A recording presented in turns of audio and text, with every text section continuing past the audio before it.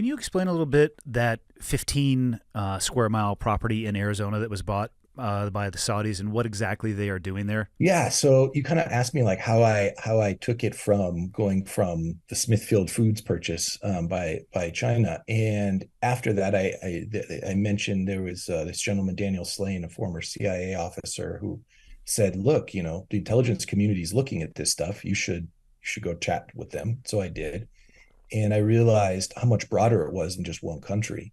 And so I began thinking, asking what other countries are running low on enough water to grow enough food to meet their populations. And one of the wealthy countries that came up was Saudi Arabia. And so I thought, okay, so where's Saudi Arabia buying? And not surprisingly, they were buying across Africa.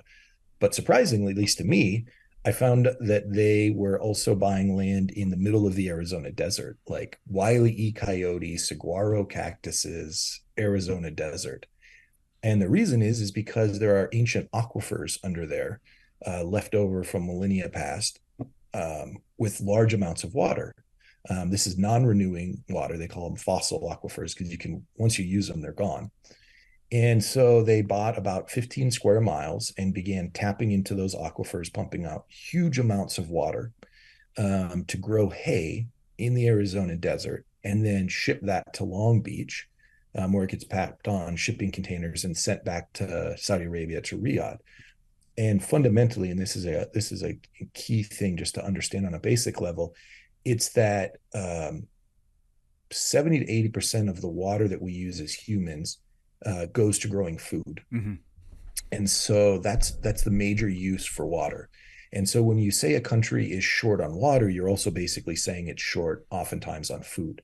And so you can't actually fill up shipping containers or oil vessels, with water. And it's not economical. You couldn't move enough water to meet a country's needs. So what you do is you go somewhere else and you use that place's water to grow food in that place, and then you ship the food, and economists will refer to this as virtual water. So the Hmm. food becomes an encapsulation of the water. So if you are water short, like a desert country like Saudi Arabia is, what you really need to do is go to another place to tap their water to use it to grow your food, and ship back the food as an encapsulation of water. And the most water intensive food products, of course, are meat products. And so the higher up the food chain you're shipping back, like China, when they're shipping back pork, you're shipping back a lot of water. In the form of And so pork. that's Yep, I how, get it. Yeah, that makes total sense. yeah. And so when I broke this story in 2015 about a Saudi company going into the desert and growing hay, what happens is the local impact is that the communities who have moved out there, and are relying on that old aquifer for their domestic wells, for their ranches, for their farming, or oftentimes just for their retirement homes. It's a lot of retirees out there. That water's just dropping every year, and eventually it's going to disappear. And in not that short of a period, but it also gets, the deeper it gets really expensive for to drill that deep or to pull the water up, because just if you imagine hauling a gallon of water up 1,500 feet, it's a lot of effort and it requires a lot of electricity, and it's quite expensive. So the locals are really in an existential crisis out there. How long are they going to be able to continue to stay out there, as the water is pulled up and out of these aquifers? Is there any level of oversight or regulation, or because the Saudi organization owns that property, they can do with it what they want, regardless of the impact to the local community? Yeah, under Arizona law in this particular region of the state, there are no regulations on how much water they pump. They Awesome. bought the That sounds land. great. Yeah, right. They bought the land. They can put in the wells, and they can pump as much as they want. Different but similar question to the purchase of Smithfield. Foreign entities looking at buying properties like this for this utilization, is there any level of screening that they have to go through? Any level of this idea being taken apart or regulated, or it's just money that passes hands?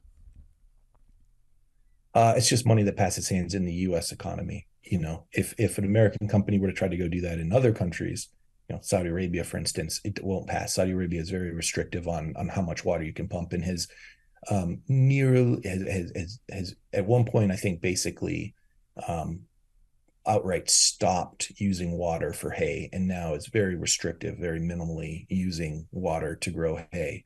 That's true in many of these countries that are running into water issues. In Arizona, the Western United States is running into water issues, but there is currently nothing in place that prevents companies from coming in to do this. And in part, the U.S. has no national water policy. You look at countries like Israel that went from having water deficits, they instituted a national water policy, and now they actually have a water surplus, which they use geopolitically. I think they give water to Jordan, making sure that their neighboring country, I think that's the largest border they have, has enough water to helping it remain stable. So the idea of a national water policy, you've seen it put in place effectively, but the U.S. doesn't have anything like that, and so it's left to the states or the regions. And states like Arizona have water restrictions around, immediately around like the Phoenix area, because overpumping aquifers leads to something called also subsidence, where the land literally starts sinking under your feet, and it can lead to homes cracking, buildings tilting, just really damaging to large infrastructure projects, roads, bridges, canals. And so those regulations have been in place since the '80s, but out in the countryside of Arizona, it's basically a free for all. Wild West, if you will, literally and metaphorically, I guess. Yeah. So Yep. I would roughly, the way it makes sense to me to think about it is for a lot of these countries, they're looking at it as a spoke and hub model. They realize a country, China, for example, or Saudi Arabia, they're recognizing their shortfalls, so they're putting these spokes out there all over the world to bring things back to the hub, utilizing the other countries' resources. How is the United States playing in this? I can't imagine that the U.S. is not at least externally looking at this as well. Well, certainly Wall Street is. There has been a real big movement of large money moving into investing in farmland, both within the U.S. and outside the U.S. So that's certainly happening. And the State Department, the Department of Defense, others are looking at it, and the intelligence community is certainly advising Congress on it. But right now, I think Cindy McCain is now the head of the World Food Program. I think before that, it was David Beasley, the former Republican governor from South Carolina. And as David Beasley said, if we're not funding these world food programs, we're just letting future conflict grow. And I think Cindy McCain is going to Congress right now and trying to get increasing funding, maybe even just what they had in previous years funding, and it's really tough.